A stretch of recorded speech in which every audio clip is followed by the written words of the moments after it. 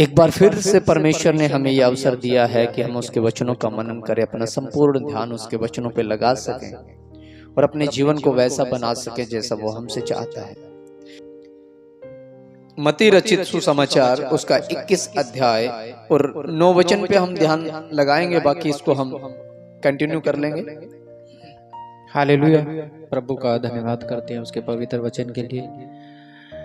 और जो भीड़ आगे आगे जाती और पीछे पीछे चली आती थी, पुकार पुकार कर कहती थी कि दाऊद की संतान को होशना, धन्य है वह जो प्रभु के नाम से आता है, आकाश में होशना। आमीन। आकाश में हालेलुया। दाऊद का एक वचन था, दाऊद एक वचन को लिखता है, आकाश उसकी महिमा का वर्णन कर रहा है और आकाश मंडल उसकी हस्तकला को प्रकट करता है। हालेलुया।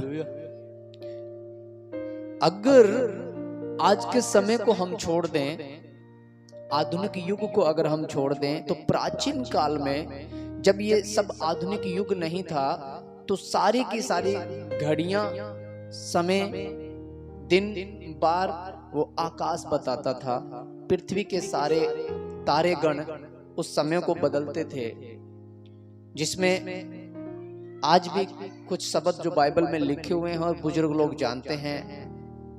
एक तारा का झुंड हुआ करता था जिसको हिरनी बोलते थे, बाइबल की भाषा में उसको कचपचिया कहा जाता है। एक तारे का झुंड है जिसको सप्तऋषि कहा जाता है। एक तारा है जिसको मृगशिरा कहा जाता है। 5 तारों का एक झुंड है जो आकाश के अंदर है। और आयुब की पुस्तक 37 अध्याय में जब हम पढ़ते हैं तो बाइबल बयान करती है, क्या तुम मृगशिरे के बंधन को खोल सकता है? क्या तू सप्तऋषि को साथ साथ लिए चलता है? जो 7 सप्तऋषि, 7 तारे हैं, वो साथ साथ चलते हैं। तो आकाश के अंदर परमेश्वर की महिमा पहले से लिखी गई है। और बाइबल में एक चीज लिखी गई है, सारी पृथ्वी के ऊपर जितनी वस्तुएं बनाई गई है, उन तमाम वस्तुओं का नाम किसने रखा था पता है आपको? किसने रखा था? हाँ जी, आदम ने। किसने रखा था? आदम ने। परमेश्वर एक एक वस्तु को, एक एक जानवर को आदम के पास ले आया और कहा, देखते हैं ये इसका क्या नाम रखता है। सारी वस्तुओं का नाम किसने रखा था? आदम ने रखा था। लेकिन जब तारे का जिक्र आता है, आकाश की महिमा का जब जिक्र आता है, सूर्य चंद्रमा का जब जिक्र आता है, तो कहीं नहीं लिखा गया कि इनका नाम आदम ने रखा था। लिखा गया है कि परमेश्वर खुद उनको नाम लेकर के बुलाता है और उनमें एक भी आए बिना नहीं रहता। उस आकाश में परमेश्वर की होसना हो रही है, यानी कि संपूर्ण सृष्टि इस बात की खुशियां मना रही है, छूट गए हम। हालेलुया। पृथ्वी भी बाट जो रही थी कि वो छुटकारे का दिन आएगा और एक गधे के बच्चे पे बैठ करके एक मनुष्य का पुत्र आता है लादू पे। लादू का मतलब होता है बोझा ढोने वाला साधन, और उस समय में गधा था। आज भी गधे को बोझा ढोने का एक साधन माना जाता है। उस लादू के ऊपर बैठ करके प्रभु यीशु मसीह प्रवेश कर रहे हैं यरूशलेम के अंदर, और लोग उसकी महिमा कर रहे हैं, तालियां बजा रहे हैं और इतने ज्यादा खुश हो रहे हैं, होसना होसना। उनको भी पता चल गया है कि छुड़ा लिए गए हैं। उनको भी खुशियां हो गई है कि हम बंधनों से आजाद हो गए हैं। उनको क्या ऐसा मिल गया था, क्या पाया था उन्होंने कि वो होसना कह रहे थे? कुछ तो पता था उन लोगों को। बगैर किसी बात के तो कोई हल्ला नहीं मचाता। जब कोई प्रोग्राम हो रहा होता है, हम उसमें तब तक पार्टिसिपेट नहीं कर पाते जब तक हमें यह पता ना चल जाए कि ये प्रोग्राम किस चीज का हो रहा है। तब तक हमें आनंद नहीं आता। हमें पता तो होना चाहिए किसी के बच्चे की जन्मदिन है या कोई दसोटन है या किसी की शादी है, तभी तो जाकर के हम उसमें पार्टिसिपेट करेंगे। वो लोग जो होसन्ना होसन्ना होसन्ना कह रहे थे, कुछ तो उनको मिला था, कुछ तो उनको पता था, और जो उनको पता था वो हैरान करने वाला था। वो उस भविष्यवाणी को जानते थे जो जकरिया ने, यशायाह ने की थी, जो पुराने नियम के अंदर अब्राहम के जीवन में एक घटना घटी थी। वो उस बात को जानते थे। प्रभु यीशु मसीह ने 3.5 साल की सेवकाई के दौरान बहुत सी ऐसे बातें बताई थी जो अपनी देह के द्वारा वो पूरी करने जा रहा था, और उसने कहा था कि पूरा हुआ। यहोवा का आत्मा मुझ पर है, उसने मुझे सुसमाचार सुनाने के लिए, बंधुओं को छुटकारे का, खेदित मन वालों को शांति देने का, और परमेश्वर के प्रसन्न रहने के वर्ष का और उसके पलटा लेने के दिन का प्रचार कर। इतने काम मुझे सौंपे गए हैं और मैं करूंगा। उसने सुसमाचार सुनाया। सबसे पहले आकर के कहा, स्वर्ग का राज्य निकट है, मन फिराओ। फिर उसने खेदित मन वालों को शांति दी, जो जकड़े हुए थे, बंधनों में फंसे हुए थे, शैतान के चुंगल में फंसे हुए थे। दुष्ट आत्माओं को निकाला, अंधकार के जीवन से, आडंबरों से बाहर निकाला, वेदी के ऊपर जो लहू बहाया जा रहा था उन चीजों से बाहर निकाला, आजाद किया, बीमारों को चंगा किया, उन्हें शांति दी। फिर उसने उस वर्ष का प्रचार किया, हे परिश्रम करने वाले और बोझ से दबे हुए लोगों, तुम मेरे पास आओ, मैं तुम्हें विश्राम दूंगा। वो यहोवा का दिन होगा जो प्रसन्न रहने का, वो शांति का दिन होगा, वो आशीष का दिन होगा, और वो पवित्र दिन होगा। लिखा गया है कि उसने 7वें दिन को विश्राम किया और 7वें ही दिन को आशीष दी और उसे पवित्र ठहराया। उस दिन को जो विश्राम का दिन था, अभी आया नहीं है, वो आएगा कि हम उसमें विश्राम दिन में प्रवेश कर पाएं, यहोवा के विश्राम में। यदि वो विश्राम का दिन था जो 7वां दिन था, तो फिर दूसरी बार क्यों आ जाता है? वो सदा के लिए एक ही बार में विश्राम में जब प्रवेश करेंगे तो वो परमेश्वर का दिन होगा जिसमें हम उसके साथ राज्य करेंगे। वो विश्राम का दिन होगा, पलटा लेने का दिन होगा। जब यहोशापात की तराई का जिक्र आता है कि मैं संपूर्ण जगत को यहोशापात की तराई में इकट्ठा करूंगा और मेरे चुने हुए वंश के बदला मैं लूंगा, जिन्होंने तुम्हें सताया है उनका एक एक हिसाब लूंगा, पलटा लेना मेरा काम। ये सारे काम प्रभु यीशु मसीह ने अपने देह के द्वारा करके दिखाए थे। और कुछ ही दिन पहले जब गधे के बच्चे पे यरूशलेम में प्रवेश कर रहे थे, उससे 6 दिन पहले बेतनिया के अंदर एक बहुत बड़ा आश्चर्य कर्म किया था प्रभु यीशु मसीह ने। किसी को पता है? हालेलुया। लाजर को जिलाया था। जस्ट ही वो नया ही एक आश्चर्य कर्म था कि जो 4 दिन के मुर्दे को कब्र से बुला करके कहता है, ए लाजर बाहर आ। तो ये हवा फैली हुई थी और लोगों को ये पता था इतना बड़ा आश्चर्य कर्म कभी किसी ने नहीं किया। इतना बड़ा एलिया ने भी नहीं किया, एलिशा ने भी नहीं किया, मूसा भी नहीं कर पाया था, पर इसने कर दिखाया। लोगों में एक आश जगी और एक भविष्यवाणी थी। हालेलुया। एक भविष्यवाणी थी और उस भविष्यवाणी को वो पढ़ते थे और फिर जब उसके कर्मों को, उसके कामों को देखा तो कंफर्म हो गया ये वही है जिसके विषय में लिखा गया है। एक वचन और हम देखें, जकरिया की पुस्तक उसका 9 अध्याय और 9 से 10 वचन। हे सियोन बहुत ही मगन हो, हे यरूशलेम जय जयकार कर, क्योंकि तेरा राजा तेरे पास आएगा। वह धर्मी और उद्धार पाया हुआ है, वह दीन है और गधे पर वरन गधी के बच्चे पे चढ़ा हुआ आएगा। आमीन।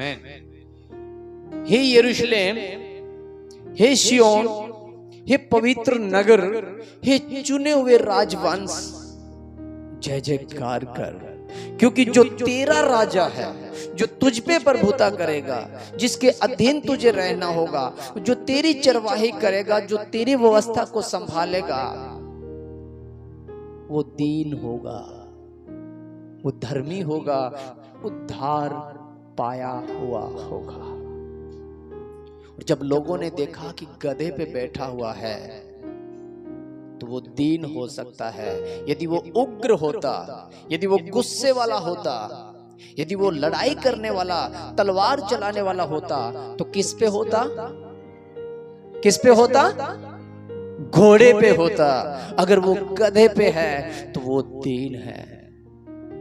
और लोगों ने देखा कि जो जकरिया ने 500-400 साल पहले कहा था कि जो तेरा राजा होगा वो दीन होगा, तेरा जो राजा होगा वो धर्मी होगा, वो उद्धार पाया हुआ होगा।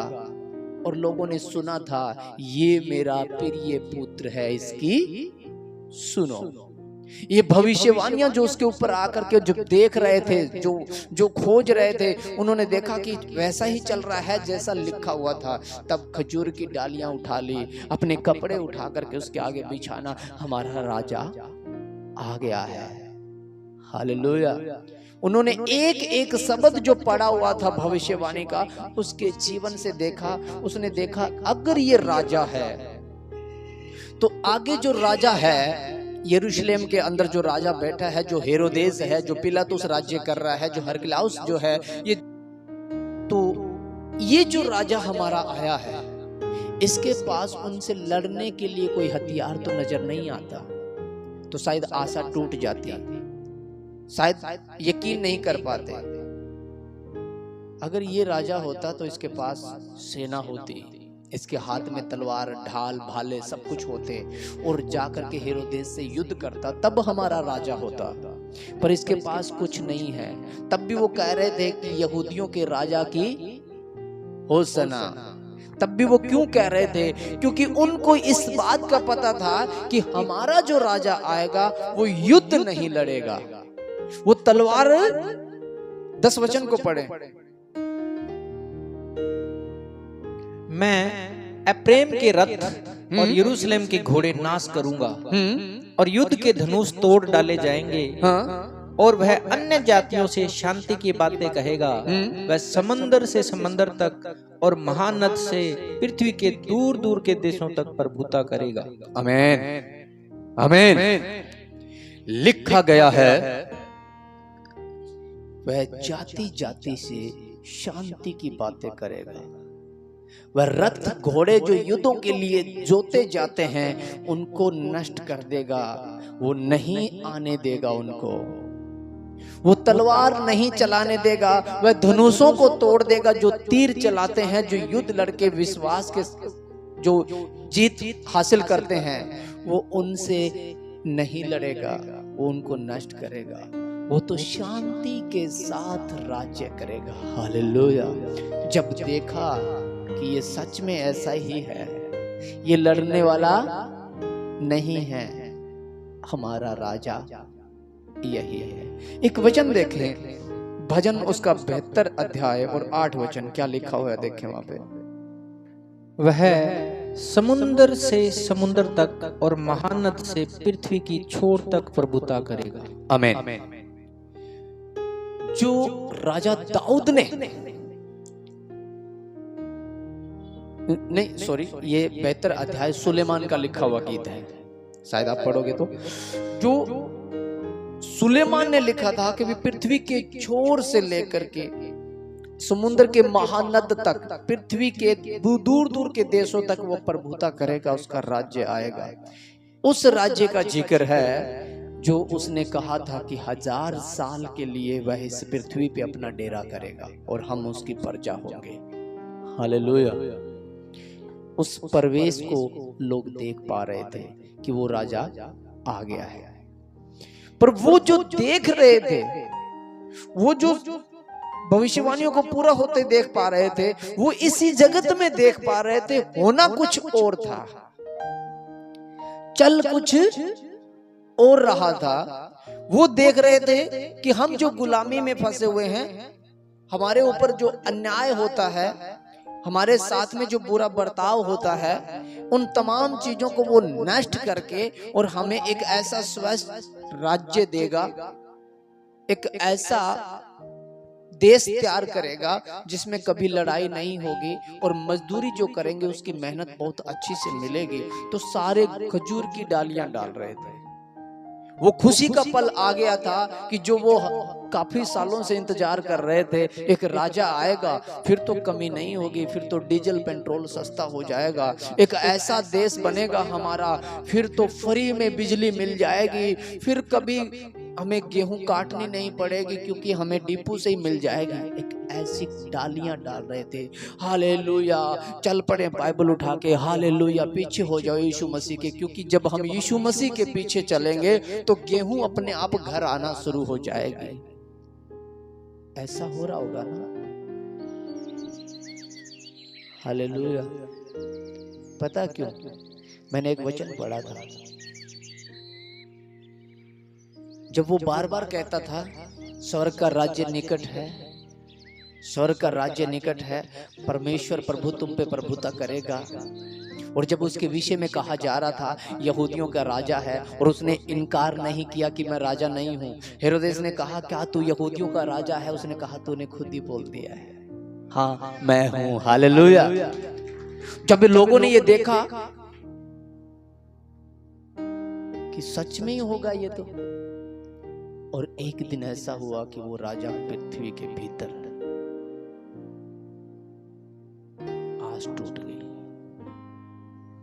बड़ा धोखा हुआ, खोदा पहाड़ निकली चुइया, होसना गीत भजन, और आई समस्या। एकदम से अचानक आंखों के आगे से गायब हो गया और लौट गए। कोई मछली पकड़ रहा था, कोई रास्ते में बातें करता हुआ बड़ा इंसान था, बुरा किया इन लोगों ने उसके साथ। कोई रो रहे थे, कोई उसकी लोथ मांग रहा था, सब लग गए अपने अपने कामों पे। उस विजय प्रवेश का, उस आनंद का लिखा गया कि ऐसा भी आनंद है जिसके बाद शोक प्रकट होता है। सुलेमान ने ऐसा बोला है ना, ऐसा भी आनंद है कि जिसके बाद में क्या होता है? शोक प्रकट होता है। उन्होंने वो आनंद इस जगत के लिए मनाया था और अचानक से आशा चली गई क्योंकि वो कब्र में डाल दिया गया। और जब वो वापस आया फिर आशा जागी, आ गया, अब नहीं मरेगा ये, अब राज्य करेगा। और फिर उसने 40 दिन फिर उसके राज्य की बातें की, प्रभु का राज्य ऐसा होगा, प्रभु के राज्य में ये होगा, प्रभु के राज्य में वो होगा। 40 दिन तक उनको फिर तसल्ली दी और जैतून पर्वत पे ले गया। जब जैतून पर्वत पे ले गया तो कहा कि मैं जाऊंगा, तुम्हें एक सहायक दूंगा। तो उन्होंने उस सहायक की तरफ ध्यान नहीं दिया क्योंकि ध्यान तो कहीं और था, टकटकी तो कहीं और लगी हुई थी। ये तो जा रहा है, फिर राज्य कौन करेगा, फिर गेहूं कौन देगा, ये तो जा रहा है, फिर फ्री बिजली कौन देगा, हमारा राज्य तो आया ही नहीं है। हेरोदेस तो अब भी राजा बना हुआ है, उसका बेटा आज भी राज्य करता है, आज भी हम गुलामी में है। तो ये कैसे कहता था कि तुम्हें आजाद करूंगा, मैं तुम्हें छुड़ाऊंगा? अभी भी वही आशा बनी हुई। अंतिम क्षण में एक वचन देखे, प्रेरितों के काम और उसका 1 अध्याय 6 वचन देखे। सो उन्होंने इकट्ठे होकर उससे पूछा कि हे प्रभु, क्या तू इसी समय इजराइल को राज्य फेर देगा? आमीन। वो पीछे चल रहे थे, सब कुछ छोड़ छाड़ करके पीछे हो लिए, जैसे केजरीवाल के पीछे हो गए थे, एक दिन हम भी एमएलए बन जाएंगे। इसलिए कि जब ये पूरे जगत में, पूरे भारत में ये जब फैल जाएगा तो हमारा कोई पद बड़ा होगा, इसलिए पीछे चल रहे थे। और जब देखा कि इसको तो बादलों पे उठाने का समय आ गया, ये कह रहा मैं तो जा रहा हूं, तो ये तो बता, जब ये राज्य हाथ तो जाएगा क्या? आज ही बदल देगा क्या सारा सिस्टम है? हमारे हाथ में दे तो देगा ना। हे खुदा, हे प्रभु, तू ये बता, तू आज ही पलट देगा क्या? क्या लिखा हुआ है? पढ़े, दोबारा पढ़े। सो उन्होंने इकट्ठे होकर हाँ, उससे पूछा कि हे प्रभु, क्या तू इसी समय इजराइल इसी समय राज्य पलट देगा? जो हम हेरोदेस रोमियो के अधीन हैं, क्या तू अभी जैसे उठाएगा, उठाते क्या ये रोमी भाग जाएंगे? क्या जो सहायक आएगा वो इनको भगा करके हमें राज्य दे देगा? एक टेम्परेरी आस, एक फ्रेबी जीवन, झूठी चंगाई, झूठी आशीष, नासवान वस्तु। प्रभु यीशु मसीह ने कहा, उस समय को जानना आपके और मेरा काम नहीं है, वो परमेश्वर का काम है। हालेलुया। वो कब आएगा, हम उसके राज्य में कब हमारा न्याय होगा, वो परमेश्वर जानता है। और इंतजार था इसी जगत में हमारा राज्य इजराइल एक देश बन जाए, उसका राजा यीशु मसीह बन जाए, ऐसा हो जाए, वैसा हो जाए। पर उसने कहा परमेश्वर का राज्य प्रकट रूप से नहीं आता, वो अदृश्य राज्य है। और जब वो अपनी प्रभुता करेगा, उस दिन पृथ्वी नष्ट हो जाएगी। हालेलुया। वो यरूशलेम में आ जाए, हम उसी में विजय प्रवेश में। वो यरूशलेम में प्रवेश कर रहा था, गधे के बच्चे पे था, गधे के लादू के ऊपर बैठा हुआ था। एक वचन और हम देखें, यशाया उसका 62 अध्याय और 11 वचन। देखो, यहोवा ने पृथ्वी की छोर तक इस आज्ञा का प्रचार किया है, सियोन की बेटी से कहो, देख तेरा उद्धारकर्ता आता है, देख जो मजदूरी उसको देनी है वह उसके पास है और उसका काम उसके सामने है। उसका काम उसके। अब थोड़ा एक वचन और हम इसको पढ़ें।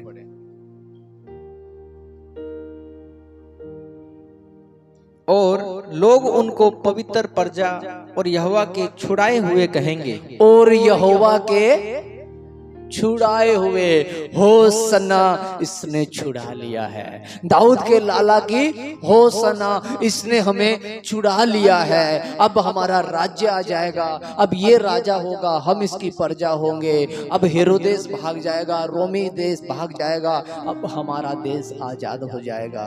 होसना, एक फ्रेबी, लेकिन वो तो स्वर्ग के राज्य का राजा था। हालेलुया। इस पृथ्वी का नहीं था। लिखा गया है, धन्य है वे जो नम्र हैं, पृथ्वी के अधिकारी होंगे। और पौलुस पत्रियों में कहता है, ये पृथ्वी जाती रहेगी, नष्ट हो जाएगी पृथ्वी, और उसके सारे काम जला दिए जाएंगे। प्रकाशित वाक्य में लिखा गया है, ये चली जाएगी, एक नई पृथ्वी आएगी। और यहाँ पे कि धन्य है वे जो नम्र है, क्योंकि वे पृथ्वी के अधिकारी होंगे। तो ये पृथ्वी तो नहीं है वो, लेकिन लोग इस पृथ्वी का इंतजार करते हैं कि जब हम प्रभु यीशु मसीह को ग्रहण करेंगे तो हम यहाँ पे बहुत कुछ पा लेंगे। और प्रभु यीशु मसीह कहता है, अन्य जातियां भी इसी आशा में लगी रहती है। नासवान वस्तुओं के पीछे परिश्रम मत करो, जहां तुम्हारा धन होगा वहां तुम्हारा मन होगा। यहां लिखा गया है कि प्रभु यीशु मसीह इस बात का प्रचार कर रहा है कि वह छुड़ाए हुए लोगों का पवित्र राजा, प्रजा का प्रधान होगा। और सियोन की बेटी से, जो सियोन जिसको बोला जाता है, वो परमेश्वर का पर्वत बोला जाता है। और उस पर्वत के ऊपर जो विश्वास करते हैं, उस चट्टान के ऊपर जो विश्वास करते हैं, लिखा गया है वह कोने के सिरे का पत्थर, वही चट्टान जिससे जो उससे टकराएगा वो चूर चूर हो जाएगा। वो चट्टान प्रभु यीशु मसीह बना और चट्टान बन के खड़ा हो गया, कोई उसे टक्कर नहीं खा सका, यहां तक कि मौत भी उसे नहीं हरा सकी। मौत को भी उसने हराया था।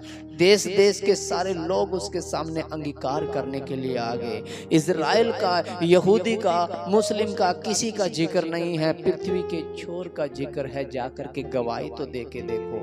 अरे भोले लोगों, वो अंग्रेजों का नहीं है। उसका वचन बयान करता है कि तुम्हारे घर के ऊपर से निकलेगा वो। हालेलुया।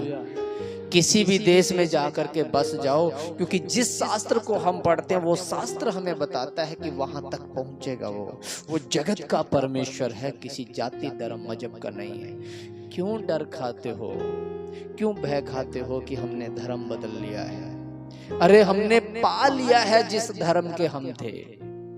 जिसने हमें पैदा किया उसको खोज लिया, उसने हमें ढूंढ लिया, हम उसमें आ गए हैं। क्यों घबराते हो? घबराहट ऐसी हुई पड़ी है कि लोग हमें धर्म बदलने वाले तो नहीं कह देंगे क्या? लोग हमें तुमने तो अपने छोड़ दिया ऐसा तो नहीं बोलेंगे। अरे हमने अपना पा लिया है जो ये कहता है कि मेरे अलावा कोई और ईश्वर नहीं है। वो हमें मिल गया है जिसने रचा, और उसका वचन कहता है, मैं हिंदुस्तान का जिक्र नहीं कर रहा, मैं इजराइल का जिक्र नहीं कर रहा, मैं महानद पृथ्वी और आकाश का जिक्र करता हूं कि उसकी प्रभुता मेरी होगी। हालेलुया, हालेलुया, उस पे प्रभुता मेरी होगी। आइए इस वचन को फिर हम आगे बढ़ाते हैं। वहां लिखा गया है कि वह लादू पे सवार था, गधे पे। इस राज को हम देखेंगे कि वो गधे पे सवार क्यों हुआ था, किस लिए हुआ था।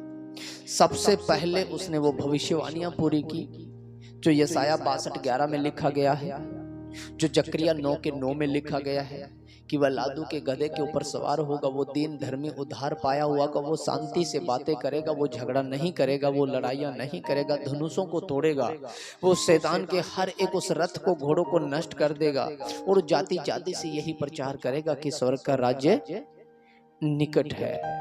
गधा जो होता है,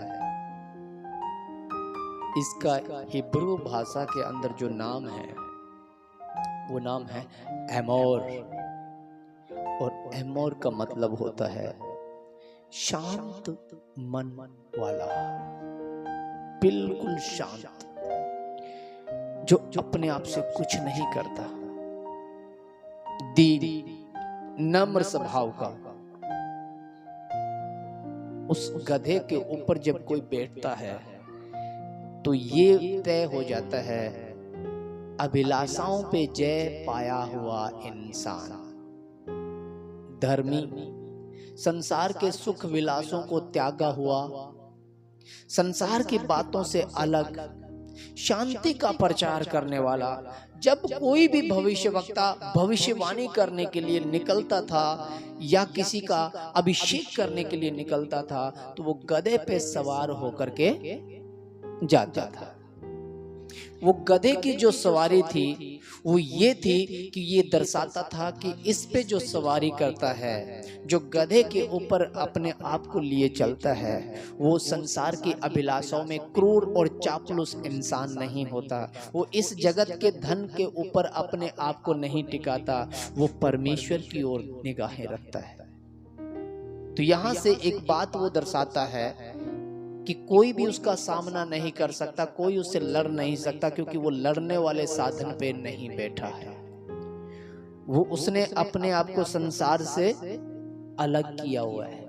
दूसरा, गधा एक सवारी है जो बोझा ढोने के काम आता है, और उस गधे के ऊपर प्रभु यीशु मसीह का सवार होना इस बात को दर्शाता है कि एक समय था जब परमेश्वर ने अब्राहम को चुना था, और अब्राहम के परीक्षा का वर्णन आया कि मैं तेरे पुत्र की बलि चाहता हूं, यदि तू मुझसे प्रेम करता है तो अपना पुत्र मुझे दे दे, इसे बलि कर दे। जब अब्राहम अपने पुत्र की बलि करने के लिए इसी मोरिया पर्वत पे, जिस पर्वत पे प्रभु यीशु मसीह प्रवेश कर रहा है गधे पे सवार होकर के, यही वो मोरिया पर्वत है जिस पे राजा सुलेमान ने भवन बनवाया था। मोरिया पर्वत यरूशलेम का मंदिर।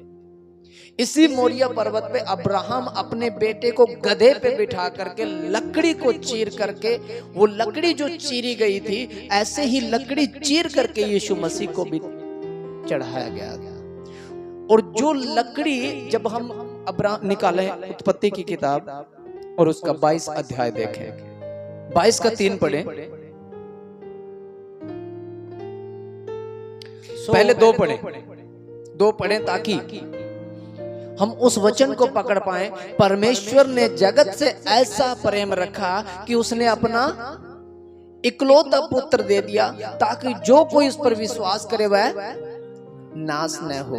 इकलौता पुत्र जिससे वो प्रेम रखता था, जिससे वो प्रसन्न रहता था, ये मेरा प्रिय पुत्र है, मैं इससे प्रसन्न हूं। और वही पुत्र उसने जगत को इसलिए दे दिया, बलि इसलिए कर दिया ताकि जगत का उद्धार हो जाए। अब्राहम क्या कर रहा था? यहाँ पे पढ़े 2 वचन को।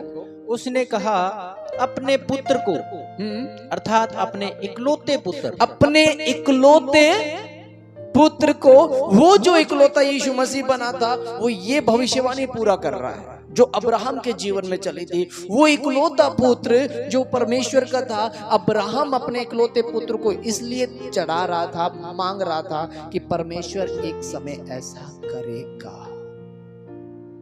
समझ आ गया? अब्राहम अपने पुत्र की जो बलि चढ़ा रहा था वो ऐसी नहीं थी, वो यीशु मसीह ही की बलि थी, जो वो हमें दिखा रहा था कि मैं अपने समय में तुम्हारे लिए प्रबंध ऐसा करूंगा। आगे पढ़े। अपने इकलौते पुत्र इसहाक को, जिससे तू प्रेम रखता, जिससे तू प्रेम रखता है, जिसको तू बहुत चाहता है, उस अब इसहाक को, अपने खुशी को, अपने आनंद को, हंसी को, इसहाक का मतलब होता है हंसी, अपना सब कुछ, खुशियां, अपनी आनंद, अपना चिराग, अपना बारिश, वो सारा जिससे तू प्रेम रखता है, उठा और उस मोरिया पर्वत की ओर जा। आगे पढ़े। जिससे तू प्रेम रखता है, संग लेकर मोरिया देश में चला जा, और वहां उसको एक पहाड़ के ऊपर, जो मैं तुझे बताऊंगा, होम बलि करके चढ़ा।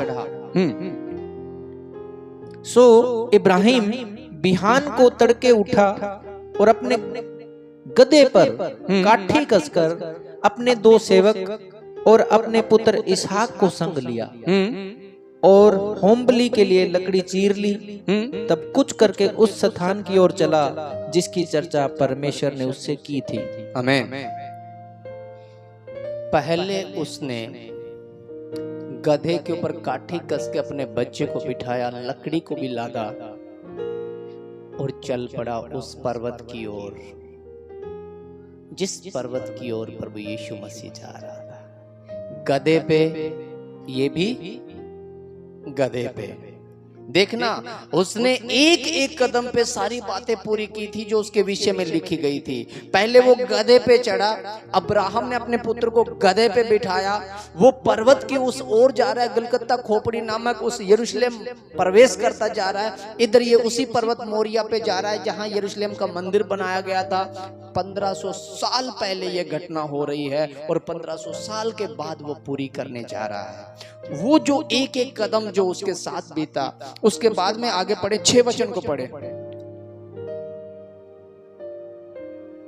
सो इब्राहिम ने होम बलि की लकड़ी ले अपने पुत्र इसहाक पर लादी और आग और छुरी को अपने हाथ में लिया। आमीन। किस पे लादी थी?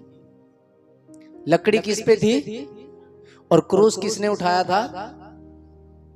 चीरी हुई लकड़ी किसने उठाई? इसहाक ने। और वो चीर करके जो क्रूस बनाया गया था वो कौन उठा के चल रहा था?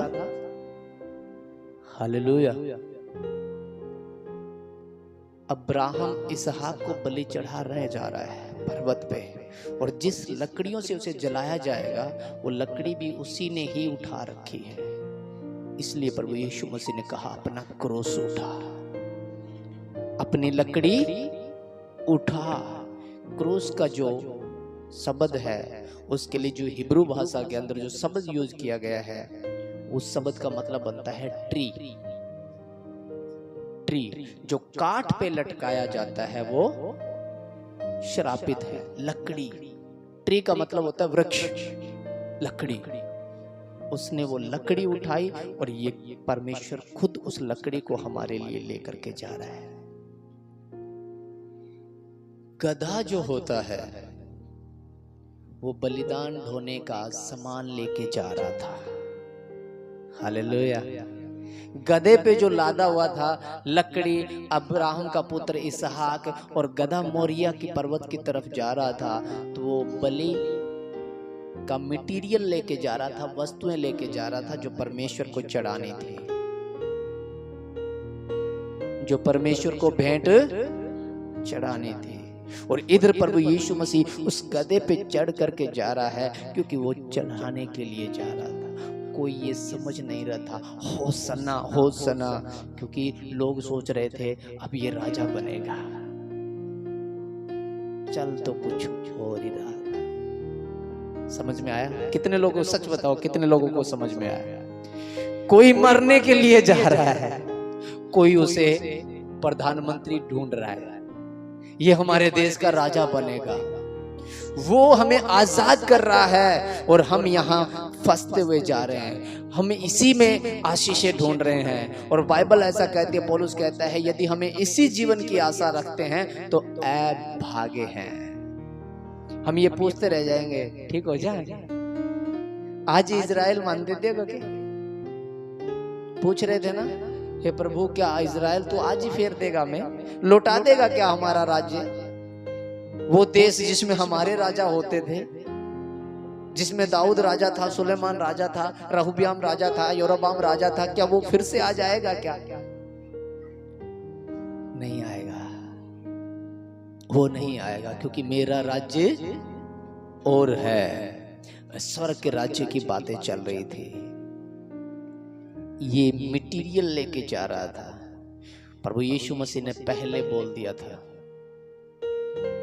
कि बहुत से दबे हुए लोगों, पढ़े इस वचन को, मत्ती उसका 11 अध्याय और 28 वचन, मत्ती उसका 11-28।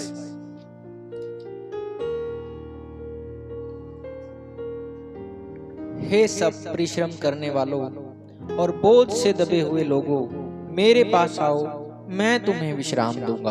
आमीन। और आगे क्या लिखा हुआ है 29 में?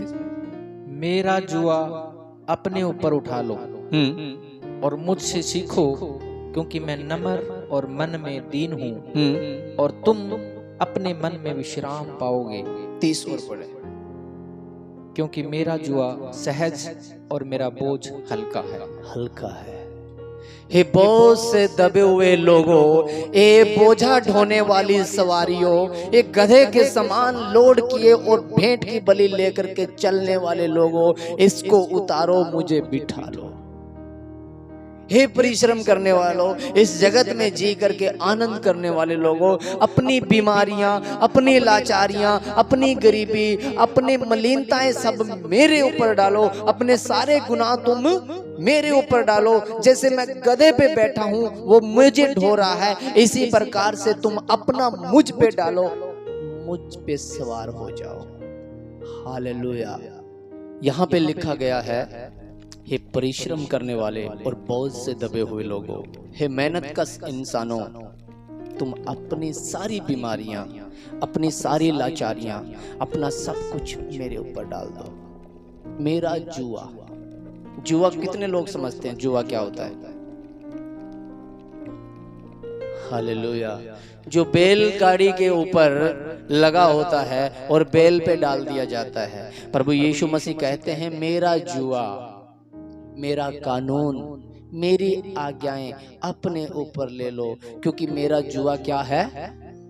मेरा जुआ सहज है, आसान है, क्योंकि जब तुम मेरे पीछे हो जाओगे तो तुम इन परेशानियों से, इन बीमारियों से आजाद हो जाओगे, क्योंकि परमेश्वर जिससे प्रेम रखता है उन्हें कभी बोझ में दबा हुआ नहीं रहने देता। यहाँ क्लियर लिखा था, जैसे गधा बोझ ढोने वाला होता है, उसने प्रभु यीशु मसीह को उठा लिया, जिसपे भेंट का मटेरियल रखा हुआ था। इसी प्रकार से जब हम अपना बोझ उस यीशु मसीह पे डाल देते हैं, तब हम विश्राम पाते हैं, तब हम शांति पाते हैं। एक वचन और हम देखें, भजन संहिता और उसका 68 अध्याय 19 वचन देखें।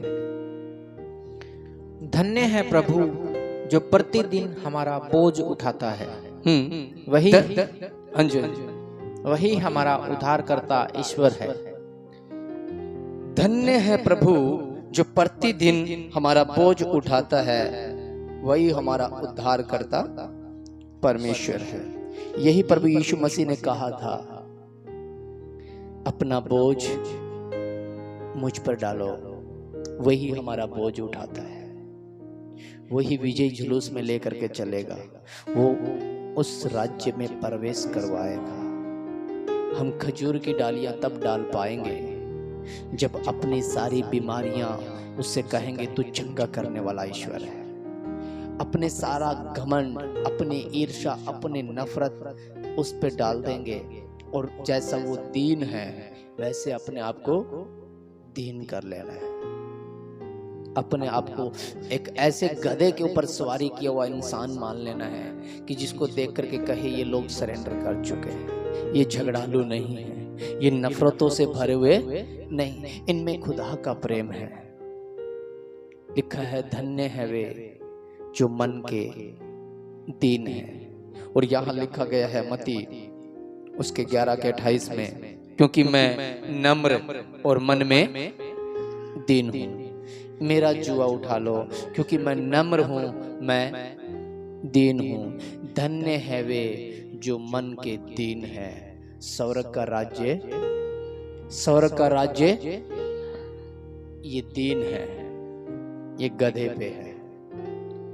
एक ऐसे बोझा ढोने वाले सवारी पे है जो युद्ध का नहीं है, जो घमंड का, जो झुका हुआ है, जो ये दिखाता है इस संसार से अलग किया हुआ, अभिलाषाओं पे जय पाया हुआ, इस संसार के वैभव से छुटकारा पाया हुआ, एक निशाना धर्मी उद्धार पाया हुआ, शांति का प्रचार करने वाला, दूसरों के लिए जीने वाला, भलाई करुणा का परमेश्वर, दया का सागर, वो जो विजय में जा रहा है, वो जो उस जुलूस को, और कुछ लोग उसके पीछे जय जयकार कर रहे थे, लेकिन कुछ उसके आगे भी थे जो डालियां बिछा रहे थे, जो कपड़े बिछा रहे थे। हम किस में शामिल हो रहे हैं? जो उस पीछे भीड़ है, एक विश्वास का जीवन है उसमें, या जो डालियां बिछाते हैं उसमें? जो खुदा के काम को करता है वो उस गधे के आगे आगे होता है। प्रभु यीशु मसीह के चलने के मार्ग के आगे जो काम करता है, वो भीड़ तब आएगी, विश्वासी जीवन तब आएगा जब डालियां बिछाने वाले आगे होंगे। अपने आप को इस काबिल बनाओ। क्या हम है काबिल अपने वस्त्रों को बिछाने के लिए? क्या हम करते हैं पवित्र लोगों की सेवा को? क्या हम जरूरतों को पूरा करते हैं? क्या हम दुखियों के पास जाते हैं, उनसे कहते हैं कि परमेश्वर तुम्हें आजाद करता है, वो तुम्हें चंगाई देगा? क्या है हमारा ऐसा जीवन? अगर ऐसा नहीं है तो क्या वैसा है जो पीछे पीछे कह रहे थे होसना होसना? कहीं तो हो हम, या हम उस हलचल वाली जगह में हैं कि पूरे नगर में हलचल मच गई, ये कौन आ गया, ये कौन आ गया? ये नासरत, गलील नगर का नासरत में रहने वाला यीशु है भविष्यवक्ता। ये कोई नया पंथ लेके आ गया है, मारो इनको, दौड़ा दो इनको। और भीड़ को दुड़ा दिया, अकेले को फंसा के खड़ा कर दिया उस न्याय सिंहासन के समीप, और भीड़ दौड़ गई थी। क्या हम भी ऐसी भीड़ों में शामिल होंगे? खजूर की डालियां बिछा के चल रहे थे, लेकिन जब परीक्षा का दौर आया तो वो खजूर की डालियां वाले थे क्या वहां पे? वो होसन्ना था क्या? हम बड़े भजन गा रहे हैं, वचन को सुन रहे हैं, लेकिन जब कोई उपद्रव मचेगा, जब ऐसे लोग आ जाएंगे जो मतलब जिनको समझाना ही बड़ा मुश्किल हो जाएगा, क्या आपको लगता है ये प्रभु ने ऐसा बोला था? तो क्या प्रभु ने ऐसा बोला था कि गड़बड़ी डाले? अगर प्रभु का चुनावा जन होता और उसकी भेड़ होती तो ढोल साइड में रखता, वचन को सुनता। Hallelujah, hallelujah. जो वचन का आदर करता है परमेश्वर उसका आदर करता है। क्या इस पे निगाहें परमेश्वर नहीं डालता? क्या उसकी जरूरतें प्रभु पूरा नहीं करता?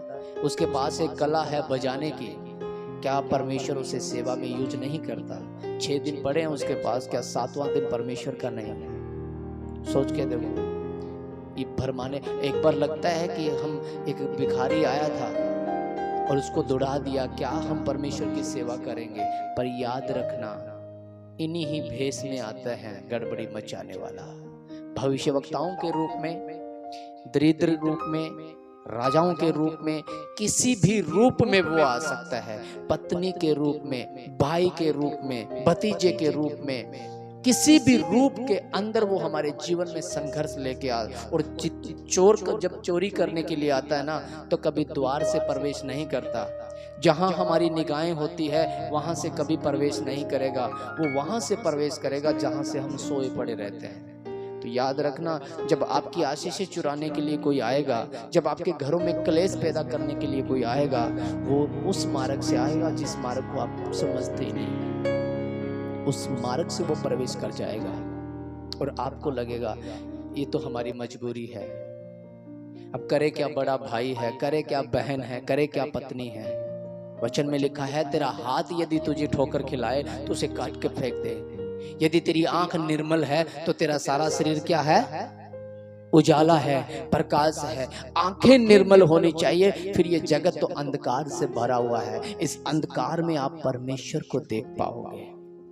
बस अपने आप के उस बोझ को खुदा पे डाल दो और उससे कहो, हे पिता, मैं अपनी कमजोरी, अपनी मलिनता, अपना पाप, अपने गुनाह में सब कुछ तुझ पे डालता हूँ और तेरी होसना तूने छुड़ाया है। तू मुझे विजय जुलूस में लेकर के चलेगा और वो लेकर के चलने वाला ईश्वर है। वो सच में हमें ले चलेगा उस राज्य में, वो सारी जरूरतें हमारी पूरी करेगा। वो कहता है, जो कुछ भय है तू मुझ पे डाल, मुझे तेरा ध्यान है। मैं तेरी सारी जरूरतों को मांगने से पहले जानता हूं तुम्हें किस वस्तु की घटी है। हमें मांगने की जरूरत नहीं पड़ेगी, पर हमारा ध्यान तो राज्य पे आज ही फेर देगा क्या? हमारा ध्यान तो यही है ना। 3.5 साल तक इतनी मेहनत करके चमत्कारों को देखा, रोटियां खाई, समुद्र 2 भाग, सब कुछ देखा और टकटकी लगी हुई थी, राज्य आएगा, कोई फायदा ही नहीं हुआ। तो दिमाग में वही रहेगा, परमेश्वर कैसे आएगा? ध्यान जब संसार की बातों पे है तो स्वर्ग में जो होसन्ना है, आकाश में जो होसन्ना, आकाश में जो आजादी मिल रही है, जो स्वर्ग के राज्य के में आजाद किए जा रहे हैं, जो हमारे बंधन वहां टूटे जा रहे हैं, हमारा ध्यान तो नीचे है। तो हमें क्या पता हमारे कौन से बंधन टूट गए। लिखा गया तुर्री फूंकी जाएगी, तो हमारे कानों में थोड़ी सुनाई जाएगी। वो तो स्वर्ग की घटना है, स्वर्ग में फूंकी जाएगी। हम तैयार है क्या? हमें ये देखना पड़ेगा।